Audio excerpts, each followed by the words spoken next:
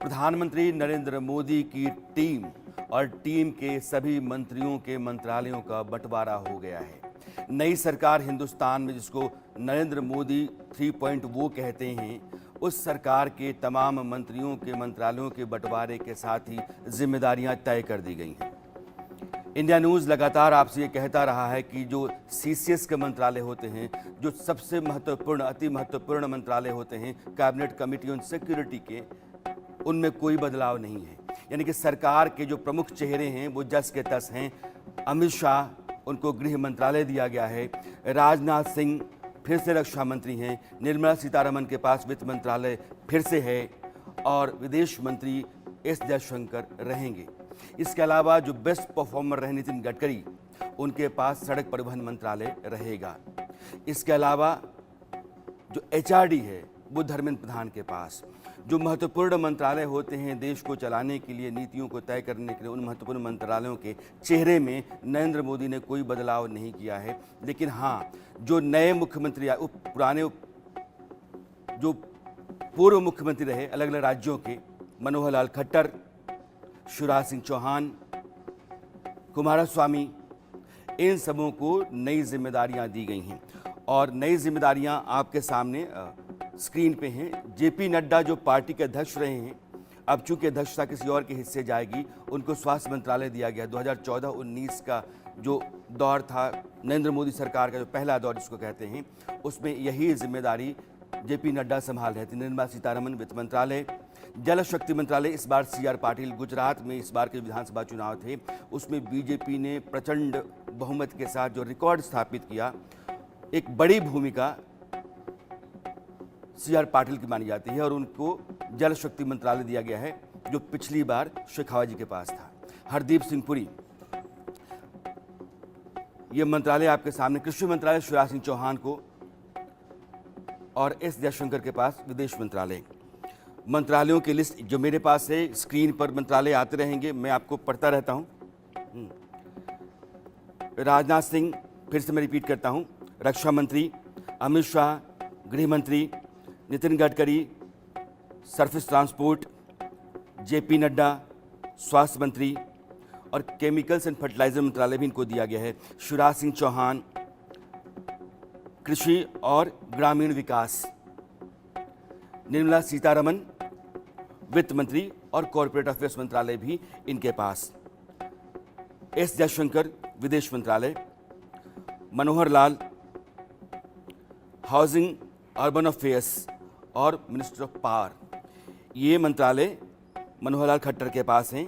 S D Kumaraswamy, Karnataka के पूर्व मुख्यमंत्री, जेडीएस के नेता, उनको हेवी इंडस्ट्रीज दिया गया है। इसी तरीके और स्टील भी। पीयूष गोयल के मंत्रालय में कोई बदलाव नहीं है, उनके पास इस बार भी कॉमर्स इंडस्ट्री मंत्रालय रहेंगे। धर्मेंद्र प्रधान के दायित्व में भी कोई बदलाव नहीं किया गया है। एचआरडी यानी कि एजुकेशन, शिक्षा मंत्री देश के धर्मेंद्र प्रधान ही रहेंगे। जीतन राम मांझी, बिहार के पूर्व मुख्यमंत्री, उनको मिला है एमएसएमई, जिसको micro small and medium enterprises कहते हैं, एमएसएमई मंत्रालय, वो जीतन राम मांझी के तहत है। राजीव रंजन सिंह, यानी कि जेडीयू के केंद्रीय मंत्री, जेडीयू की तरफ से, उनको पंचायती राज मंत्रालय मिला है।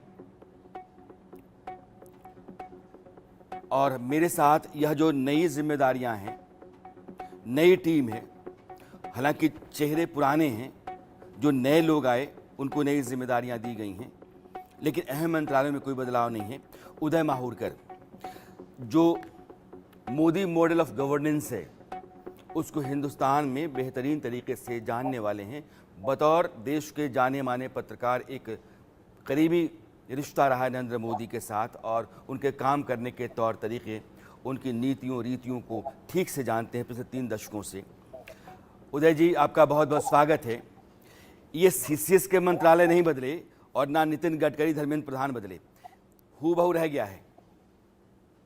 ऐसा है कि जो मैंने इनका गवर्नेंस गुजरात में देखा, मैं गुजरात में इंडिया टुडे में था कई सालों तक और मैंने उनकी कार्यशैली देखी है। वो कंटिन्यूटी में मानते हैं। उनका एक पासा जो गवर्नेंस का ये है कि अगर काम अच्छा आदमी काम कर रहा है, ईमानदारी से कर रहा है, तो उसको उसी काम को आगे बढ़ाने के लिए उसको मौका मिलना चाहिए। जी। तो कंटिन्यूटी का मैसेज इसके अंदर है। स्पष्ट है। दूसरा, देखिए, अश्विनी वैष्णव के बारे में हमेशा ही कहा गया कि वो बहुत एफिशिएंट है, तो उनको अब 3-3 भारी मंत्रालय है, रेलवे, आईएनबी और आईटी, जी। तीनों उनके पास है। तो उन्होंने अच्छे काम को रिवॉर्ड भी किया है मेरे हिसाब से, हम्म। है ना? अच्छा, पुराने जो मुख्यमंत्री थे जैसे कि मनोहर लाल जी खट्टर जी, कई साल 10 साल मुख्यमंत्री रहे वहां पे, करीब 10 साल। तो उनको भी काफी भरखम मंत्रालय मिला है। हम्म। 2 मंत्रालय दिए गए हैं उनको, भारी भरकम। तो कुल मिला के मेरे ख्याल से एक कंटिन्यूटी का मैसेज है, एक अ जिसको बोलते तीन हैं कि अगर तीन बातें काम मैं बहुत आप ही अच्छा किया है, उसको रिवॉर्ड देने का मैसेज है। जी, जैसे जेडीयू, तो जेडीयू से और ललन सिंह को काफ़ी पंच। पर्याप्त भी लगता है, जैसे कि सिंधिया को दिया गया है टेलीकॉम, जी। बड़ा बड़ा व्यवस्थित लगता है, वो जिस तरीके सही तरीके से काम करते हैं, है ना? अच्छा, उनका मंत्रालय दे दिया है वो जो नए नायडू आए हैं, जो यंग एकदम, टीडीपी को गया है वो भी सिविल अच्छे वाले एविएशन हैं जो है, एकदम, हाँ, अपने काम वो में। जी, एस के राम मोहन नायडू को सिविल एविएशन गया हुआ है, जो पहले ज्योतिरादित्य बिल्कुल। सिंधिया के पास हुआ करता था। जी, जी। तो ये दोनों जो बदलाव किया है, वो भी काफ़ी पर्याप्त है। मतलब मुझे तो काफ़ी इंटेलिजेंट बदलाव लगता है ये भी। एक यंग कुल मिनिस्टर। मिला के एक संतुलित मिनिस्ट्री पोर्टफोलियो डिस्ट्रीब्यूशन का एक पिक्चर उभर के निकलता है। और जहां तक सवाल मैक्सिमम आउटपुट देने का है, उसको देखते हुए ये जो मंत्रालय का जो डिस्ट्रीब्यूशन हुआ है पोर्टफोलियो का, वो बढ़िया पर्याप्त लगता है मुझे। मंत्रालयों के बारे में एक चिराग पासवान, चूंकि यंग हैं, डायनेमिक हैं और पहली बार बिल्कुल। केंद्रीय मंत्री के तौर पर जिम्मेदारी संभाल रहे हैं, यूथ अफेयर्स, स्पोर्ट्स और फूड प्रोसेसिंग, ये मंत्रालय दिए गए हैं। मुझे याद है कि फूड प्रोसेसिंग पासवान जी के पास भी हुआ करता था। ये एक शिवराज नया सिंह जिम्मा जी है को जो चिराग दिया के गया, साथ, और शिवराज सिंह जी चिराग का को बिहार में एक एक नई संभावना के तौर पर देखा भी जाता है। नहीं, एक शिवराज सिंह जी की बात करें तो शिवराज सिंह जी का एग्रीकल्चर में भारत के इतिहास में अच्छा काम है। हम्म। जो एग्रीकल्चरल ग्रोथ रही उनके कार्यकाल के दौरान, वो हाईएस्ट रही भारत के इतिहास के अंदर। तो उनको एग्रीकल्चर रूरल डेवलपमेंट दिया गया है, बिल्कुल बहुत सही निर्णय है एकदम। तो ऐसे करीब करीब सभी निर्णय ऐसे लगते हैं कि बिल्कुल पर्याप्त है, बिफिटिंग है। मनोहर कट्टर जी को एनर्जी मिला है, अर्बन डेवलपमेंट मिला है, स्किल डेवलपमेंट जयंत चौधरी को मिला है, स्किल डेवलपमेंट भी इंपॉर्टेंट पोर्टफोलियो है। मैं अपने जब स्किल दर्शकों के लिए डेवलपमेंट बारी बारी काम से होना उदय जी चाहिए था कुछ कुछ मंत्रालय बता देता हूं, ताकि उन मंत्रालयों जी, पर मैं आपका टेक ले पाऊं। जी, जीतन मांझी तक मैंने बता दिया है कि एमएसएमई उनके पास है। राजीव रंजन सिंह जेडीयू के सांसद हैं, मुंगेर से जीत करके आए हैं, पार्टी के पूर्व अध्यक्ष हैं, नीतीश कुमार के बहुत ही करीबी हैं और वो कैबिनेट मंत्री हैं। उनको पंचायती राज दिया गया है। Minister of fisheries, animal husbandry, dairy, यह भी उनके पास है, जो गिरिराज सिंह के पास हुआ करता था। और गिरिराज सिंह को इस बार कपड़ा मंत्रालय, टेक्सटाइल इंडस्ट्री दी गई है। सर्बानंद सोनोवाल, ये पूर्व मुख्यमंत्री हैं असम के, minister of ports, shipping and waterways, पिछली बार जो जिम्मेदारी उनके पास थी 2019-24 के बीच में, वो बहाल रखी गई है, उनके पास जिम्मेदारी हुई है। Doctor Virendra Kumar, minister of social justice and empowerment. और जैसा मैं कहता, टीडीपी के जो केंद्रीय मंत्री हैं के राम मोहन नायडू, उनको सिविल एविएशन दिया गया है। प्रहलाद जोशी कर्नाटक के धारवाड़ से आते हैं, पुराने नेता हैं, बीजेपी के कद्दावर नेता हैं, उनको minister of consumer affairs, food and public distribution. इसके अलावा minister of new and renewable energy, यह भी जिम्मा है। जुअल उरांव उड़ीसा के ट्राइबल नेता हैं, minister of tribal affairs. Arjun Munda के पास था, इस बार खूंटी से अर्जुन मुंडा चुनाव हार गए हैं। गिरिराज सिंह ने कहा कि मिनिस्टर ऑफ टेक्सटाइल। अश्विनी वैष्णव बहुत कॉम्पिटेंट, उदय जी उनका जिक्र कर रहे थे, बहुत भरोसेमंद नरेंद्र मोदी के हैं, बहुत योग्य हैं, क्षमतावान हैं। और अश्विनी वैष्णव के पास रेलवेज, इंफॉर्मेशन ब्रॉडकास्टिंग और इलेक्ट्रॉनिक्स इंफॉर्मेशन टेक्नोलॉजी, बहुत इंपॉर्टेंट तीनों मंत्रालय हैं। Railway, I&B, electronics information technology, IT. Jyotiraditya Scindia, पिछली बार सिविल एविएशन था, अब बदला हुआ है मिनिस्टर ऑफ कम्युनिकेशंस। और एक और डिपार्टमेंट के पास है, north eastern region. Bhupendra Yadav, पिछली बार उनके पास शिक्षा मंत्रालय था, इस बार भी है, उसके साथ minister of environment, forest and climate change. Gajendra Singh Shekhawat शक्ति मंत्री थे पिछली बार, इस बार minister of culture and minister of tourism, तो संस्कृति और पर्यटन, यह दोनों मंत्रालय गजेंद्र सिंह शेखावत को दिए गए हैं। अन्नपूर्णा देवी झारखंड से हैं, पहले आरजेडी में हुआ करती थी, 2019 से पहले चुनाव से पहले वो बीजेपी में आई।